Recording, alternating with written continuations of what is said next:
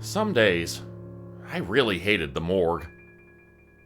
I just started my lunch break when Becky came and got me. My TV dinner was still in the microwave, and I was waiting impatiently when she knocked on the break room door. "Dr. Roth wants you in the morgue," she said. "Can it wait a bit?" I asked. I liked Becky, but she was too much of a yes man sometimes. "Sorry, can't. We've got another client," she replied. "He says it's urgent." Great. Just what I wanted to do before lunch. Look at human remains. I sighed and left my lunch to finish cooking, while I followed Becky to the morgue. Sure enough, Dr. Roth was standing inside, looking down at the newly delivered body. Or, more accurately, what was left of it. I'd seen enough gore to be desensitized to it, but there was always something about maulings that still churned my stomach. I noticed that the team had used 2 body bags to pack the body in. That struck me as odd. I'd never seen something like that before. "Why'd they bag him twice?" I asked. "Hell if I know. Avoiding the mess, maybe?" Dr. Roth replied. He was a balding and vulture-like man. There'd always been something lecherous in his eyes that had bothered me. He'd never made a move, but I also didn't particularly trust him. He looked like the sort of guy who'd be arrested for soliciting a street worker to do something weird. It really wasn't much of a wonder that his wife was divorcing him. But back on topic. The ruined collection of human remains in the 2 bags looked like something you'd double bag just to be safe. From what was left of his face, I was pretty sure I recognized him, but I couldn't figure out where I'd seen him before. He was naked, but there wasn't much to see below the waist, mainly because all the flesh had been stripped away, leaving an exposed hip bone. His arms had clearly been mostly eaten as well. I say eaten because the tears in the flesh looked like they'd been done with teeth. I'd seen enough animal attacks to know. The body was clearly not fresh. Rigor and decomp had set in. The wounds were fairly bloodless. "Where'd they find this?" I asked. "Hiking accident?" "No, the neighbors complained of the smell. Miss Gray, meet Mr. Chris Myers." I stared down at the dead man, more focused on his wounds than who he'd been, as Dr. Roth continued his briefing. "No pets, lived in an 8th floor apartment, by himself. They found him in his bed like this." "Any sign of what did it?" I asked. Dr. Roth shook his head. No signs of forced entry or animal activity." Reminds me kind of that kid from the other day. What was his name? "Jeremy?" I murmured, and the memories came flooding back. Jeremy had been one of our patients a couple weeks back. Dr. Roth had ruled his death a suicide, and he was probably right. The kid had jumped from a hospital window, but I remember that I'd been interested as to why he'd been there in the first place. Supposedly some sort of animal had come through the window of his apartment and killed him, tore his arm clean off. I didn't get a good look at the wound. It wasn't relevant to the job at the time. But I had gone to the funeral. I did that sometimes, just out of respect to the dead. It's easy to forget, in my line of work, that the corpses you're working with had people who loved them, and mourned their passing. I didn't intend to ask about the attack, but I admit part of me was hoping I'd hear something. Instead, some sweaty, unwashed creep in a trilby and trench coat had come up to me trying to flirt. He'd stormed out of the funeral, seemingly upset, later on during the sermon. He'd introduced himself as Chris. The exact same Chris who was now in my morgue. Was that a coincidence? I wasn't so sure. Dr. Roth and I worked together on examining the body. From the looks of it, most of the damage had been inflicted post-mortem. It looked like Chris had bled out first. Then whatever had eaten him had tucked in after he was actually dead. Of course, that raised the question of just what had caused the blood loss in the first place. "Dr. Roth?" Becky appeared in the doorway as we worked. What was left of Chris was in the middle of its autopsy. The internal organs displayed no unusual damage, but there was very little blood in the body. Maybe it was too early to call it, but my guess would have been exsanguination. Yes. Dr. Roth looked up, slightly annoyed. Your lawyer just called. He wants to meet. Oh, great. Oh? Thank you, Miss Dingle. Is he still on the line? Tell him I'll be right there. This had been happening almost daily for the past month or so. Dr. Roth took off whenever his lawyer called. It didn't matter what he was doing. No questions asked. No time to finish up. Miss Gray, finish this up. He left the corpse to go and clean himself up. I traded a look with Becky and saw her rolling her eyes. Within 10 minutes, Dr. Roth was gone, and our double-bagged body was left on the table with only me to attend to it. Not that there was much else to tend to. So, was it his actual lawyer or the legal assistant? I asked. The legal assistant, Becky replied. I'm pretty sure that his lawyer isn't going to have a clue that this meeting ever took place. How right she probably was. I started on the process of closing the body back up. I'd seen enough to draw a conclusive result, and I didn't need to bother finishing the full autopsy. It was pretty obvious what had killed this guy, and I didn't want to waste any more time than I needed to. Since Dr. Roth won't be back, I'm going back on lunch as soon as this is done, I said. Are you joining me? I already ate, Becky said. You have fun. She turned and left me to my work. As soon as Chris was closed up, I went and cleaned myself up. A clean coat, throwing at my gloves, and thoroughly washing my hands. As I walked back to the lunchroom, I hoped my lunch hadn't gotten too cold. I opened the microwave door, then paused. No TV dinner. I checked around the area, but there was no sign of it. No tray in the garbage, either. Becky had probably taken it back to her desk. She had said she'd just eaten, after all. Whatever. No point in giving her shit for it. She'd just deny it, and there's not really any way I could prove it. So, instead, I sat down at the table and decided to order something for takeout. The lunchroom only had a small table with 4 chairs. But as I was sitting, something caught my eye. There was one extra chair. I regarded it for only a second before forgetting about it entirely. The significance of it never crossed my mind until much, much later. After lunch, I went back to Chris's body to finish up my reports and pack him away. As I was zipping up the body bag, I paused as I noticed there was now only one. Had Becky taken him out? I opened the bag wider to look around and see if the other one was there, but there was no trace of it. Had I imagined it? Maybe I was staying up too late. I zipped up the bag and moved the body into one of the open refrigerators. Then I finished my paperwork and headed home for the night. I turned in early. When I came in the next morning, Dr. Roth was already there. His face was redder than I'd ever seen it, and he stormed towards me, clearly furious. Miss Gray, he snarled. Where was yesterday's patient filed? Spittle hung around his lips, and he almost reminded me of an angry dog. I put him away in one of the refrigerators, I said. The paperwork is on your desk. I saw the paperwork. What I didn't see is the body. Dr. Roth reached for the door that I knew Chris's body sat behind. He pulled it open and revealed it to be empty.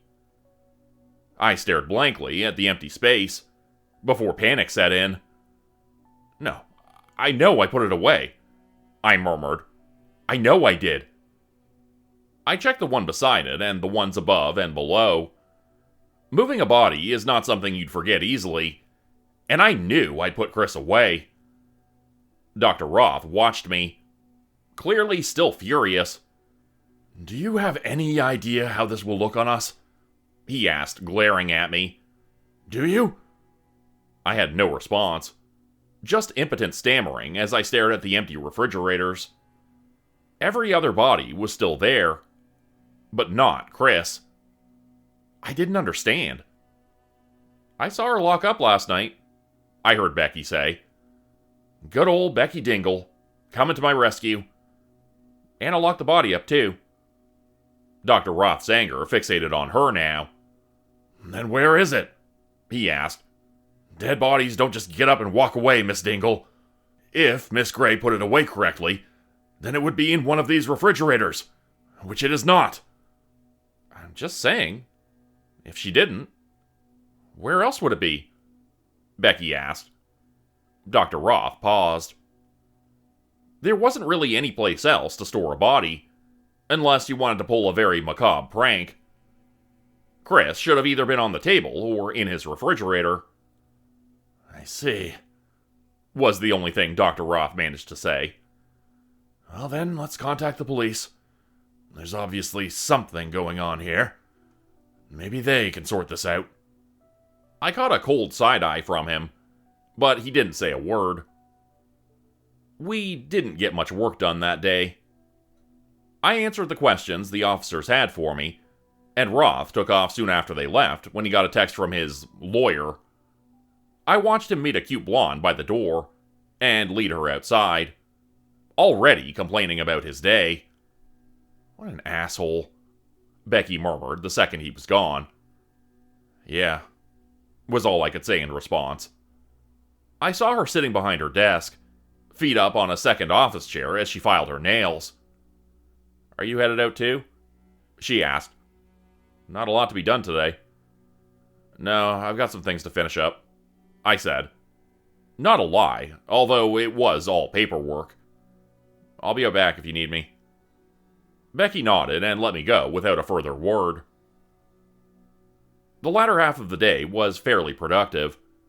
I got through most of the busy work I'd been putting off. Sometimes that was better than actually having to handle the dead. Another patient came in. This one an elderly man, who had supposedly died of natural causes. I made sure he was put away so Dr. Roth and I could look at him when he eventually came in again. As I closed up the refrigerator, I heard movement behind me. I looked over my shoulder, and for a moment, I thought I saw the figure of a young girl. She shuffled out of sight behind the doorframe quickly. I only got a brief glimpse of her, but it was enough to tell me that something was off. Her eyes were too big. Her skin was odd. She looked more like a cartoon character than an actual person. "Hello?" My mind had to have been playing tricks on me. Surely I couldn't have seen a cartoon character walking through the morgue. I rounded the corner and stood out in the hall, but it was empty. I looked around, seeing nothing out of the ordinary. A walk down the hall confirmed that everything was in its place. There was no one hiding from me. It must have just been my imagination. I shook my head and turned to close up for the evening. I made sure I locked every door. There was no way anyone was getting in. Becky wasn't at her desk when I left for the night. Her purse was there, so I figured she was probably in the washroom or something. I didn't think twice about it. The next day, another body was missing. The old man I put away was gone. His fridge was empty. And Dr. Roth was pissed. More police. More yelling from Dr. Roth. No answers. The police even reviewed the security footage this time. Dr. Roth, Becky, and I were all in the room when they did. Becky's desktop computer had access to all the playback files, and we watched hours of footage together, but we saw nothing out of the ordinary. I saw myself in the office working on paperwork. I saw myself packing the old man away. And then I saw his drawer sit there for hours until Dr. Roth opened it in the morning and found it empty. My heart raced the entire time. This wasn't possible.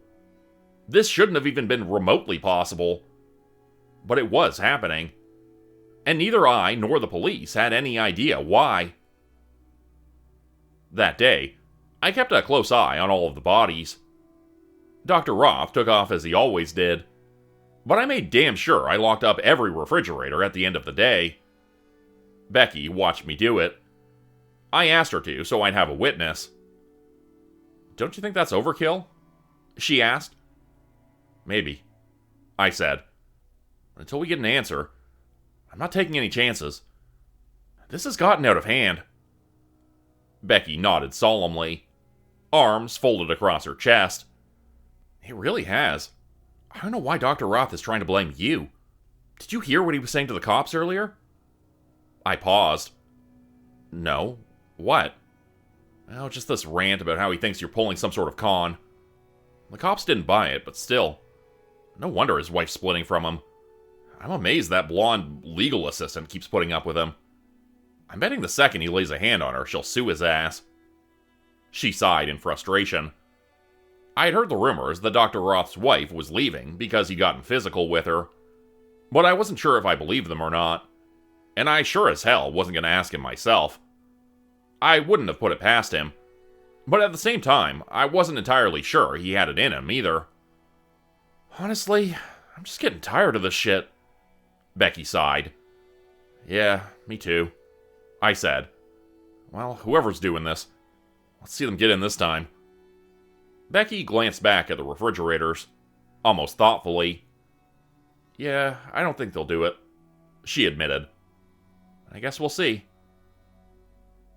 The next morning, I hurried into work. I wanted to see if there were any more missing bodies. The police cars out front of the building told me it was worse. I remember breaking into a run as soon as I saw the police cars out front, and heading into the door. An officer stopped me as soon as I got inside, and I saw another one talking to Dr. Roth. Past Becky's desk, I could see the morgue. The refrigerators looked damaged, like the doors had been struck hard and repeatedly. But the most striking thing I saw was the puddle of blood in the middle of the floor. It was smeared, as if whoever it had come from had been dragged around, but there was no trace of a body. I didn't have to wait long for the police to explain to me what had happened.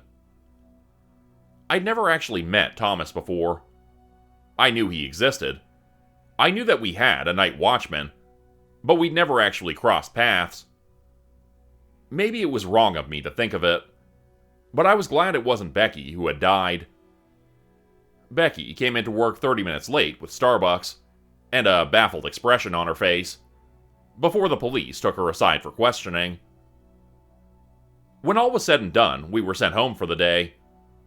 I had no idea what to think of all that had happened. The past few days had been confusing, and no matter how I racked my brain, I couldn't think of any logical answer to what had been going on. The police hadn't told me what happened to the night watchman. They just said he'd been attacked, but they didn't need to give me the details. I'd seen the blood, and I knew they hadn't found a body. More disturbingly, I'd gotten a glimpse of the damage to the refrigerators, almost like something had been trying to get in. The next day, when we were able to go back to work, the morgue seemed quieter than usual. Becky was late, and we had no new patients. Not at the moment, at least. Dr. Roth was in his office when I went in to check on him. For a moment, I thought he'd just gotten there. But no. He was preparing to leave. "Early meeting, Dr. Roth?" I asked with a smile. He looked back at me, eyes wide with surprise. Yes. Seeing my lawyer and all that. You know how it goes. I just stopped by to check up on a patient we have." "Patient?" I asked. I didn't see anyone in the morgue. "She'll be along later. Some porn girl. Pepper, Piper, Pippi. Something like that, I think. Car accident on her way into L.A. What a shame." I frowned, but nodded. "Right. I'll keep an eye open." "Thanks. You can handle the autopsy. I'll see you in a bit." Dr. Roth left me without a further word. If anything, he seemed to be in something of a rush. I didn't want to dwell on it too much. Maybe he was just shaken from all the bullshit that had been going on lately. I knew I was. Becky still wasn't in by the time Dr. Roth left, and since our new patient hadn't shown up yet, I decided I'd do a bit of snooping. I had unanswered questions, and I wanted to know just what the hell was going on. I made my way back to Becky's desk. She had access to the security cameras. I imagined that the police had made copies of everything, but the originals likely still existed on Becky's computer. Maybe it was worth a look. I knew her password. It wasn't hard to get into her computer. I brought up the footage stored on her hard drive and played it back to the night of the attack. The footage looked fairly standard. I saw myself locking up the refrigerators and getting ready to leave for the night. I saw Becky at her desk, and watched as she left for a little while. I sped through the footage as she went to the bathroom, then back to her desk to pack up and leave. I sped through the couple of hours of silence before the night watchman showed up. He was a tall, dark-skinned man in his mid to late 40s. I watched as he did his route, before sitting down at Becky's desk and waiting patiently for his shift to end. I sped through the time of him sitting there until I saw him move. Then I let the video play again at regular speed. He got up and walked towards the morgue, like he was hearing something. Checking the camera feed in the morgue at the time, it looked like nothing was going on. Then he stepped into the morgue, and disappeared. The morgue camera skipped, but it didn't show the man entering. Someone had tampered with it. I frowned, before clicking out of the footage and checking again. Who the hell had tampered with that footage? It made no sense. Not at first, anyway. Dr. Roth, Becky, and I had watched the previous footage with the police. We'd seen nothing in the morgue before. But then again, would we have known that the footage of an empty morgue was being looped or tampered with? There was no movement, no reference point. It would basically just be a still image. But with the night watchman, it was different. It was pretty damn obvious that the footage had been tampered with. I had to pull the files from the cameras themselves, and I hoped whoever had pulled this stunt hadn't thought to delete that footage. I was in luck. The raw footage played out similarly. I locked up, Becky went to the bathroom, then locked up. But this time, I saw Dr. Roth on the screen. Dr. Roth, coming out of the area where the bathrooms were. My eyes narrowed as he stepped into the camera frame. He looked around and then walked down the hall. What was he doing there? Were he and Becky having some sort of fling? That didn't make any sense, though. Hadn't Dr. Roth left earlier that day to meet up with his lawyer? I distinctly remembered him leaving. I remembered talking to Becky about it. I watched as Dr. Roth wandered around for a bit, before going into the morgue. He stood in front of the refrigerator doors, before grabbing the handles and trying to open them. I watched him pull at them violently, arms yanking like an animal. I watched the metal contort and bend out of shape. He methodically went to each and every drawer, trying to open it and failing. Then, frustrated, he moved off screen and disappeared into a corner. I sped up the footage, but he never seemed to come out of that corner. I sped up the playback again, waiting until the time when the night watchman had gone into the morgue for the first time. He didn't act like he'd seen anything out of the ordinary. If he'd noticed Dr. Roth standing in the corner, he should have said something. But his lack of reaction told me he saw nothing at all. I watched as the night watchman went to Becky's desk to relax.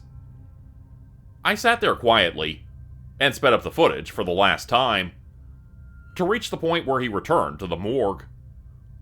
In the morgue, I saw Dr. Roth emerge from his corner. He shambled, like something inhuman now. He clawed at the doors again, then looked to the side as the night watchman went to investigate. Dr. Roth fell backwards onto the ground, and as he did, I saw his body contort. I had to rewind the footage to make sense of just what I was seeing, but after a few watches, it became clear. Dr. Roth had fallen backwards, and his body had changed. His skin had taken on a metallic sheen and gotten smoother. All of his features had vanished. In a matter of seconds, he turned into an exact duplicate of our operating table. The night watchman walked inside, looking around for what had made the noise. He looked at the refrigerators, as if just noticing the damage for the first time. And as he did so, he turned his back on the table that had been Dr. Roth just moments ago. I watched the table split in half, revealing rows of massive, shark-like teeth. Before the man could react, they closed on him and dragged him back. I saw arms reaching out to seize the man and hold him in place, as the table crushed him in its massive jaws. My hand went to my mouth in horror, as it consumed him whole, leaving nothing but a puddle of blood behind. Then the table shifted. It stood up, taking on the form of a cartoon character. It looked like some figure from an anime. The creature shifted again, now taking on the form of Elton John, before settling into the form of Dr. Roth. It looked down at the pool of blood, then indifferently turned and walked away. My heart was racing. This thing was in the building with me. For all I knew, it knew I was watching. Jesus Christ. It could turn into random furniture. It could literally be anything, and I'd have no idea. Shit. I looked over my shoulder to see Becky standing in the door of the morgue. She held a laundry bag in one hand, but through the plastic I could see a lab coat stained red with blood. I could see blood steadily dripping out of the corner. I looked at it, mouth agape, and then back at Becky. Whoa, let me explain, she said, dropping the laundry bag as I recoiled from her. You knew? Was all I managed to choke out. You've been hiding it? Becky pursed her lips. Yes, basically. That's it, she admitted. You got me. I'm sorry. Sorry? I stood up. Becky's chair fell over. Becky, there's no apology for this. What the fuck is that thing? I don't know. Not really, she stammered. It came in with one of the bodies. The one it had been eating. I found it in the back room. It's like a baby. It didn't know any better. I didn't think it would do any harm to let it stay and practice. Better here, where it couldn't hurt anybody. Yeah, well, it ate a man alive, I snapped back. My eyes bored into hers. I glanced around, looking for any sign of the creature. Where is it now? I asked. Do you know? Becky slowly nodded, and my eyes shifted down to the lab coat. Yeah, I know where she is. Roughly speaking, at least, Becky replied. Staring down at the bloody coat in the bag, I realized what she meant. Practiced, I murmured. You said practiced. What did you mean by that? She couldn't really do people. Not convincingly, at least. It was all cartoons and objects. But she's a fast learner, you know? I'll admit it, I helped her figure it out. Nobody really keeps tabs on me, so it's pretty easy. As for Dr. Roth, well, was anyone really gonna miss him? I'll bet his ex-wife sure won't. I don't know if the knowledge that the creature wasn't around was better or worse. If it was still in the morgue, then maybe I could have stopped it. Maybe I could have done something. But no. Whatever it was, it walked right out of the morgue. And in my arrogance, I had let it. Do you have any idea what you've let loose? I asked Becky. She just smiled at me. I wouldn't worry about it too much. I trust her to pick the right people to satisfy her hunger. There was confidence in her voice. And I hope to God she was right. Become a channel member today for early access, bonus videos, and special emojis only available to members. Check out the description below or click the join button for more info. If you'd like another way to help support the channel, please consider joining my Patreon page at patreon.com/JordanGroupeHorror. As a patron, you'll get access to bonus videos and content. You'll be credited at the end of every video going forward, and if you decide to stay for 3 months, I'll name a character after you which will be featured in a Hollow's End story. Links to join the Patreon are in the description. Thanks everyone for listening. Please like, subscribe, and comment to help the channel continue to grow, and see you again next time at 4 p.m. Eastern Standard Time. Hope you have a great night.